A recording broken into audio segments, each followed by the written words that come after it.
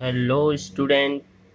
मैं पीके पांडे पीके academic classes में आपका स्वागत करता हूं। आज मैं आपको पढ़ाऊंगा आव्यूह पर संक्रिया, प्रारंभिक संक्रिया यानी जिसे कहते हैं रूपांतरण। जी हाँ, इसके पहले हम लोगों ने क्या पढ़ा जरा उसको देखते हैं। तो देख सकते हैं आप, सबसे पहला टॉपिक था आव्यूह का प्रकार, जो कि हम लोगों ने पढ़ा। इससे रिलेटेड प्रश्नावली 3.1 करवाया। आव्यूहों पर संक्रियाएं और आव्यूहों का गुणनफल, इन दोनों लोगों को मिला करके मैंने एक्सरसाइज 3.2 करवाया। उसके बाद आव्यूह का परिवर्त, सम्मित तथा विषम सम्मित आव्यूह मैंने पढ़ाया, जिससे रिलेटेड आपको प्रश्नावली 3.3 करवाया गया। अब हमारा बारी है प्रारंभिक संक्रियाओं द्वारा आव्यूह का व्युत्क्रम। जी हाँ, ये व्युत्क्रम कैसे होता है जरा इसको हम देखते हैं। जी, तो क्या देखते हैं, आव्यूह पर संक्रिया यानी रूपांतरण किसे कहते हैं, यानी एलिमेंट्री ऑपरेशन और ट्रांसफॉर्मेशन ऑफ ए मैट्रिक्स। तो किसी एक आव्यूह पर 6 प्रारंभिक संक्रियाएं या रूपांतरण परिभाषित की जा सकती है, जिनमें से 3 रूपांतरण पंक्तियां तथा 3 स्तंभ के द्वारा होती है। यानी कि यदि बात करें हम किस तरीके से रूपांतरण होता है, तो 6 प्रकार से किया जाता है। 3 जो होती है वो पंक्तियों द्वारा होता है और 3 जो होता है स्तंभों द्वारा होता है। तो आइए पहला पार्ट इसमें देखते हैं। तो पहला क्या कह रहा है कि किसी आव्यूह की किन्हीं 2 पंक्तियों या स्तंभों को विनिमय कर दिया जाए। जैसे मान लीजिए ए है, तो इनको 2 पंक्तियों को स्तंभ, जैसे मान लीजिए ये पहला है रो, ये दूसरा रो, ये तीसरा रो, यानी पहला पंक्ति, दूसरा पंक्ति, तीसरा पंक्ति। तो R1 को R3 में बदल दिया जाए, यानी इसको ले जा करके यहाँ लिख दिया जाए और इसको ले जा करके यहाँ लिख दिया जाए। तो ऐसा करने पे जो आव्यूह प्राप्त होगा, तो देख लीजिए यह ऊपर चला जाएगा तो 1 2 -1, और यह नीचे आ जाएगा तो 2 4 3, और बीच वाला तो ऐसे रहेगा ही। तो देखिए, देख सकते हैं इस तरीके से भी हम कर सकते हैं, इस कंडीशन को भी हम कर सकते हैं। तो क्या है हमारा कंडीशन, पुनः अगर ए बराबर ये दिया है, मान लीजिए हमने क्या लिखा, पंक्तियों को बदला, कालम को बदले, यानी पहले कालम को देख लीजिए, पहले कालम को ये देख सकते हैं, दूसरे कालम को तीसरे कालम में, तीसरे कालम को दूसरे कालम में। तो देख सकते हैं ऐसा भी कर सकते हैं, ये तो रहने दीजिए, पहला कालम है, दूसरे को तीसरे में, तीसरे को दूसरे में, देखिए यहाँ परिवर्तित हो गया। तो ऐसा भी कर सकते हैं हम, ऐसा भी कंडीशन कह रहा है कि किसी आव्यूह की, दूसरा कंडीशन है, किसी आव्यूह की पंक्ति तथा स्तंभ के अवयवों को एक शून्येतर संख्या से गुणा कर सकते हैं। मान लीजिए ए है, इसमें किसी भी संख्या से गुणा कर सकते हैं। मान लीजिए हमने क्या किया, C3 है, तो C3 में 8C3 लिख सकते हैं। C3 के जगह पर, ये C3 के जगह पर 8C3 लिख सकते हैं। देखिए 8 से गुणा करके हमने लिख दिया, ठीक। तो ऐसे अभी कर सकते हैं। उसके बाद यदि R1 में देखें, तो R1 के जगह पर, इस R1 के जगह पर 3R1 लिख सकते हैं। इसमें 3 से गुणा करके भी लिखा जा सकता है। तो ये नियम है कि किसी रो या किसी पंक्ति में, किसी रो या किसी स्तंभ में, मतलब कॉलम में हम गुणा कर सकते हैं किसी भी संख्या से और जोड़ सकते हैं। अगला कह रहा है तीसरा कंडीशन, किसी पंक्ति या स्तंभ के अवयव का किसी अन्य पंक्ति या स्तंभ के संगत अवयवों के योग जो किसी शून्येतर से गुणा की गई हो। यानी कहने का मतलब, यदि पंक्ति या स्तंभ के अवयवों को किसी अन्य पंक्ति या स्तंभों से अवयवों से योग करके जो किसी अन्य शून्येतर से गुणा किया जा सकता है, यानी पहले योग कर लीजिए, गुणा भी कर सकते हैं। देखते हैं, जी हाँ, तो जैसे में देखते हैं ए बराबर दिया हुआ है, तो इसमें क्या कर सकते हैं, R3 के जगह पर हम R3 में से 2R1 कर सकते हैं। यानी R3 में से 2, इसमें R2 में 2 से गुणा करके घटा सकते हैं। तो R3 - 2R2 का प्रयोग किया जा सकता है। देख सकते हैं R3 ये है, और हमको इसके जगह पर लिखना क्या, R3 - 2R2। तो इसमें 2 से गुणा करेंगे 4 दूनी 8, और इसमें से घटाएंगे R3 में से R2 को, तो 1 - 8 यानी कि हो जाएगा -7। यहाँ हो जाएगा अगर 0, तो R3 यानी -1 में से 0 यानी -1 हो गया। और उसके बाद फिर क्या करेंगे, इसमें 5 दूनी 10, और 2 में से जाएगा तो -8, ठीक है। इसी प्रकार से C1 भी कर सकते हैं, जैसे इस प्रकार से रो, उसी प्रकार से कॉलम भी कर सकते हैं। अब हमारा टॉपिक है प्रतिलोमीय व्युत्क्रमणीय, जिसको कहते हैं, या तो प्रतिलोमी कहिए या तो व्युत्क्रमणीय आव्यूह, यानी कि इनवर्टिबल मैट्रिक्स क्या होते हैं, यानी कि प्रतिलोम कहिए चाहे व्युत्क्रम, बात एक ही है। तो आइए जरा देखते हैं। n क्रम का वर्ग आव्यूह यदि दिया हो, प्रतिलोमी आव्यूह कहलाता है। यदि किसी अन्य समान क्रम के n क्रम के वर्ग आव्यूह b का अस्तित्व इस प्रकार हो कि a और b का गुणा करने पे इसमें तत्समक यानी in इकाई आव्यूह प्राप्त हो, जहां in इकाई आव्यूह है जिसका nth ऑर्डर है। तो b a का, तब इस b को क्या कहते हैं, a का प्रतिलोम कहते हैं या व्युत्क्रम कहते हैं। इसे हम a से प्रदर्शित करते हैं, यानी b a का क्या है, व्युत्क्रम है।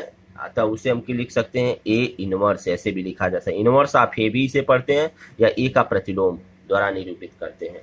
नोट देख लीजिए, यदि ए का प्रतिलोम आव्यूह बी है तब बी का प्रतिलोम भी ए होगा, ये श्योर है। ए का बी है तो बी का ए भी हो, जैसे देखिए ए का बी है तो बी का क्या हो जाएगा, ए हो जाएगा। ठीक, आइए एग्जाम्पल देखते हैं जी। एग्जाम्पल देखने से पहले कुछ प्रमेय पहले देख लेते हैं। जैसे प्रमेय क्या है, थ्योरम, व्युत्क्रम आव्यूह की अद्वितीयता, यानी किसी वर्ग आव्यूह का व्युत्क्रम आव्यूह यदि उसका अस्तित्व होता है तो वो अद्वितीय होता है, याद रखिएगा इसको। अगला है प्रमेय, यदि ए तथा बी समान कोट के व्युत्क्रमणीय आव्यूह हैं तो ए बी का अगर इनवर्स निकालेंगे तो बी इनवर्स और ए इनवर्स हो जाएगा, यानी कि ए बी का अगर मल्टीपल करके उसका इनवर्स निकालते हैं तो बी इनवर्स और ए का इनवर्स निकाल करके दोनों का मल्टीपल कर दें तो बराबर आएंगे। ठीक है, जैसे आप लोग परिवर्त आव्यूह डैश वाला पढ़े थे, एकदम इनवर्स भी उसी के रूप में फॉलो होता है। ठीक, अब हम जरा देखते हैं कि प्रारंभिक संक्रियाएं, यानी कि प्रारंभिक क्रिया जो होती है वो आव्यूह का व्युत्क्रम, अगर इसकी सहायता से हमको व्युत्क्रम निकालना है यानी ए इनवर्स निकालना है तो कैसे निकालेंगे। तो इसके देख सकते हैं दो कंडीशन फॉलो हो रहा है। पहला कि प्रारंभिक संक्रिया द्वारा आव्यूह का व्युत्क्रम, तो पहला क्या है, प्रारंभिक पंक्ति रूपांतरण, यानी पंक्ति का रूपांतरित किया जाए। और दूसरा क्या है, प्रारंभिक स्तंभ रूपांतरण, यानी देखने में क्या आ रहा है कि एक बार स्तंभ रूपांतरण करिए और एक बार पंक्ति रूपांतरण करिए, तो दोनों में से कोई एक सीख लेंगे तो अगला आप अपने आप कर सकते हैं। तो मैं सबसे पहले स्टार्ट करने चला हूं प्रारंभिक पंक्ति रूपांतरण द्वारा व्युत्क्रम कैसे ज्ञात करते हैं। तो आइए देखते हैं। जी हाँ, ये देख सकते हैं प्रारंभिक पंक्ति रूपांतरण द्वारा व्युत्क्रम कैसे ज्ञात किया जाता है, यानी एलिमेंट्री रो ट्रांसफॉर्मेशन, रो को कर रहे हैं। ठीक है, एक याद रखिए, पंक्ति अपने आप, स्तंभ अपने आप हो जाएगा। माना ए तथा आई दो समान क्रम के वर्ग आव्यूह हैं जिनको ए बराबर आई ए के रूप में या ए बराबर ए आई के रूप में लिख सकते हैं। ठीक, इस समीकरण में संक्रियाओं का प्रयोग करते हैं, जो संक्रिया बाएं पक्ष में प्रयोग करके वही दाएं पक्ष में भी प्रयोग करते हैं। यह प्रक्रिया तब तक करते रहते हैं जब तक कि बाएं पक्ष में ए तत्समक आव्यूह ए के बराबर न हो जाए। इस स्थिति में दाएं पक्ष में आई आव्यूह बदल जाएगा, जो का व्युत्क्रम अगर देखेंगे ए का व्युत्क्रम होगा। यदि संक्रियाएं केवल पंक्तियों में ली जाती हैं तो इसे प्रारंभिक पंक्ति रूपांतरण करते हैं, और यदि संक्रियाएं केवल स्तंभ में ली जाती तो इसे प्रारंभिक स्तंभ रूपांतरण करते हैं। ये नोट है। ठीक है, तो प्रारंभिक पंक्ति रूपांतरण देख लिया आपने। तो आइए अब मैं आपको एग्जाम्पल दिखा रहा हूँ। एग्जाम्पल में क्या देखेंगे हम लोग, जी हाँ, यदि उदाहरण की हम बात करें तो प्रारंभिक पंक्ति रूपांतरण से ए बराबर दिया है, कह रहा है इसका व्युत्क्रम ज्ञात कीजिए, या यही कहता है कि इसका प्रतिलोम ज्ञात कीजिए, या यही लिख देता है इसका इनवर्स ज्ञात कीजिए, ऐसे भी लिख देता है कहा इसका मान ज्ञात कीजिए। तो सबसे पहले हमने बताया था कि दिए गए कंडीशन को हम इस रूप में लिखते हैं। हम जानते हैं कि ए बराबर आई ए होता है या ए आई के रूप में लिख सकते हैं, तो दोनों में से कोई एक लिख सकते हैं। सबसे पहले हमने ए बराबर आई ए लिख लिया। ठीक, तो अब देखेंगे कि ए की जगह पर मान रख दिया और आई का मान ए, तो जिस आर्डर का ये होता है उसी आर्डर पे आई का भी मान रख देंगे और ए तो रहने देंगे यहीं पर। फिर आपसे बताया गया है कि बाएं और दाएं में ऐसा गुणा करते हैं, ऐसा सिस्टम करते हैं कि इधर वाला जो सिस्टम है यह आइडेंटिटी आ जाए। आइडेंटिटी मतलब यूनिक आ जाए, मतलब 1001 के रूप में आ जाए। ठीक, बस इसी को मुझे हटाना है। तो ध्यान दीजिएगा, इसको हमको किसके रूप में बनाना है, बाएं पक्ष वाले को हमेशा 1001, तो यहाँ 1 लाना, यहाँ 0, यहाँ 1 और यहाँ 0।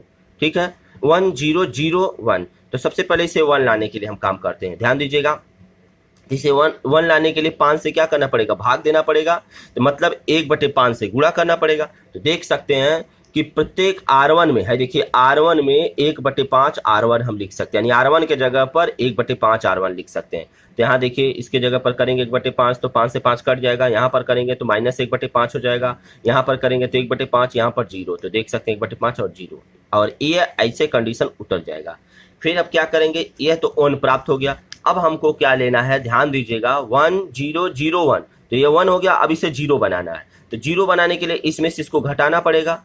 तो ध्यान दे सकते हैं इस R2 के जगह पर हम क्या लिख सकते हैं, R2 में से R1 को घटा दें। तो देख सकते हैं R2 के जगह पर R2 - R1 घटा देंगे। तो देखिए इसमें से इसको घटाएंगे तो यहाँ R2 के जगह लिखेंगे, ये देखिए R2 के जगह लिखेंगे तीर बना करके, R2 में से R1 को घटाएंगे, तो इसमें से इसको घटाएंगे तो हो जाएगा 0, इसमें से इसको घटाएंगे तो 1 माइनस माइनस प्लस हो जाएगा 1/5, तो 5 1 जा 5, 1/6, तो 6/5 हो जाएगा। क्लियर, और इसमें से इसको घटाएंगे तो माइनस हो जाएगा और इसमें से इसको घटाएंगे तो 1 हो जाएगा। क्लियर हो गया ये। अब देखिए 1 0, यहाँ भी अब हमको 0 लाना, यहाँ 1 लाना है, यही ना इकाई होता है। तो आइए अब देखते हैं सबसे पहले इसे 1 लाने के लिए। तो 1 लाने के लिए क्या करेंगे, यहाँ पर 6/5 से भाग दे देंगे, यानी पलट देंगे अगर इसको, तो 5/6 से गुणा करेंगे। तो देख सकते हैं हम क्या कर सकते हैं, R2 के जगह पर 5/6 इंटू R2 कर सकते हैं। तो R2 में 5/6 से गुणा करिए, इसमें 0 से 0 हो जाएगा, इसमें 5/6 से गुणा करेंगे, 5 से 5 6 से 6 कट जाएगा, 1 बचेगा। इसमें करेंगे तो -5, तो 5 से 5 कट जाएगा तो बचेगा -1/6, और इसमें करेंगे तो 5/6 हो जाएगा। ठीक, ये भी हो गया, यानी 1 0 1। यहाँ अब बस मुझे 0 लाना है। तो 0 लाने के लिए क्या करना पड़ेगा, आप देख सकते हैं कि यदि हम R1 में, ये जो R1 है इसमें 1/5 से गुणा कर दीजिए। इसमें 1/5 से जब गुणा कर, इसे 0 तो कोई मतलब है नहीं, जब 1/5 से गुणा करेंगे और इसमें जोड़ देंगे, देखिए एडजस्ट कर रहा हूं मैं, इसमें जब जोड़ देंगे तो 0 हो जाएगा। तो ही देखिए R1 के जगह पर, इस R1 के जगह पर R1 प्लस 1/5 R2 कर सकते हैं, यानी R1 में हम जोड़ेंगे 1/5 R2, यानी R2 में 1/5 से गुणा करके। तो देख सकते हैं, तो यहाँ गुणा करेंगे सबसे पहले हो जाएगा, यहाँ जोड़ेंगे तो R1 में इसको जोड़ेंगे तो हो जाएगा 0, फिर इसमें जोड़ेंगे तो 1/5 से गुणा करेंगे, इसमें तो यहाँ हो जाएगा 1/5, इसमें जोड़ेंगे तो 5, और -1/5 को अगर जोड़ेंगे 1/5 और प्लस 1/5 और -1/5 तो हो जाएगा 0, और ये तो ऐसे रहेगा ही रहेगा। इस कंडीशन में भी दे सकते हैं आप, ये बदल जाएगा। तो अब आपको मैंने बताया था कि हाँ आइडेंटिटी प्राप्त होना चाहिए, आइडेंटिटी इकाई आप भी। अब ए को यहीं छोड़िए, इसको इधर भेज दीजिए। जब इसको इधर भेजेंगे तो इसको इधर भेजने का मतलब होता है बटे, इसको इधर भेजने का मतलब क्या होता है, बटे। तो इसका मतलब क्या हो गया, ये हो गया आई। तो आप जानते हैं अगर किसी के एक बटे में भेजते हैं तो यही कंडीशन होता है। तो सिंपल तरीके से इसको न भेजें, क्योंकि आप जानते हैं कि आव्यूह का बटे होता नहीं है, यानी भाग होता नहीं है। तो इसलिए क्या करिए, ए को इधर भेज दीजिए, इसे 1 बना दीजिए और ए को इधर भेज दीजिए। तो ए को जब इधर भेजेंगे तो 1/A इनवर्स होगा, 1/A होगा, जब ए ऊपर जाएगा तो ए इनवर्स प्राप्त हो जाएगा, और ये तो ऐसे रहेगा ही। तो ए इनवर्स बराबर इस तरीके से आपको एक कंडीशन प्राप्त हो गया। इस प्रकार से आपने देखा ए इनवर्स का मान, इसमें से 1/6 कॉमन ले लेंगे तो 1 1 -1 5 हो गया, कर लेंगे। अब तो कोई ज़्यादा मुश्किल नहीं है आपके लिए। आइए एक आध एग्जाम्पल और मैं करवा दूं। तो प्रारंभिक संक्रियाओं के प्रयोग द्वारा आव्यूह ए दिया है, इसका कह रहा है प्रतिलोम ज्ञात कीजिए। क्या ज्ञात कीजिए, प्रतिलोम। तो सबसे पहले ध्यान दीजिए, प्रतिलोम मतलब व्युत्क्रम, व्युत्क्रम मतलब ए इनवर्स पूछ रहा है। ध्यान दीजिए, प्रारंभिक संक्रिया कह रहा है, तो इसमें आपको अपने मन से ढूंढना है कि कॉलम लगा रहे हैं कि रो लगा रहे हैं, मतलब पंक्ति की सहायता से कर रहे हैं कि स्तंभ की सहायता से। तो आइए देखते हैं। सबसे पहले हमने ए बराबर ए आई लिख दिया, चाहे आई ए लिख दिया, ठीक। उसके बाद ए का मान रख दिए, ए रख दिया और आई का मान रख दिए। तो हमको यहाँ पर सिर्फ 1001 के रूप में, यानी आइडेंटिटी के रूप में लाना है। तो इसके लिए सबसे पहले देख लीजिए, यहाँ पर आप खुद कर सकते हैं, यहाँ पर कॉलम की सहायता से किया गया है, कॉलम की सहायता से। तो C2 के जगह पर 1/4 C2 लिखेंगे। क्यों लिख रहे हैं, क्योंकि मुझे 1001 चाहिए। तो सबसे पहले देख सकते हैं, इस कंडीशन को बदलेंगे तो यहाँ 1 प्राप्त हो गया, 1 के बाद यहाँ 0 प्राप्त हो गया, 0 के बाद यहाँ पर 1 प्राप्त करना था, फिर यहाँ पर 0 प्राप्त करना था, ठीक है। तो इस तरीके से आपने देखिए ये किया गया है, आप आराम से इसे कर सकते हैं, इसमें कुछ सोचना ही नहीं है। तो इस प्रकार से आपको ए इनवर्स, ए को इधर भेजेंगे तो इनवर्स, जैसे देखिए ए आई बटे, अगर हम ऐसे लिखते हैं ए, तो ऊपर जाएगा तो ए इनवर्स प्राप्त हो जाएगा, ठीक है। तो इस प्रकार से हम आराम से कर सकते हैं, कुछ करना तो है नहीं इसमें।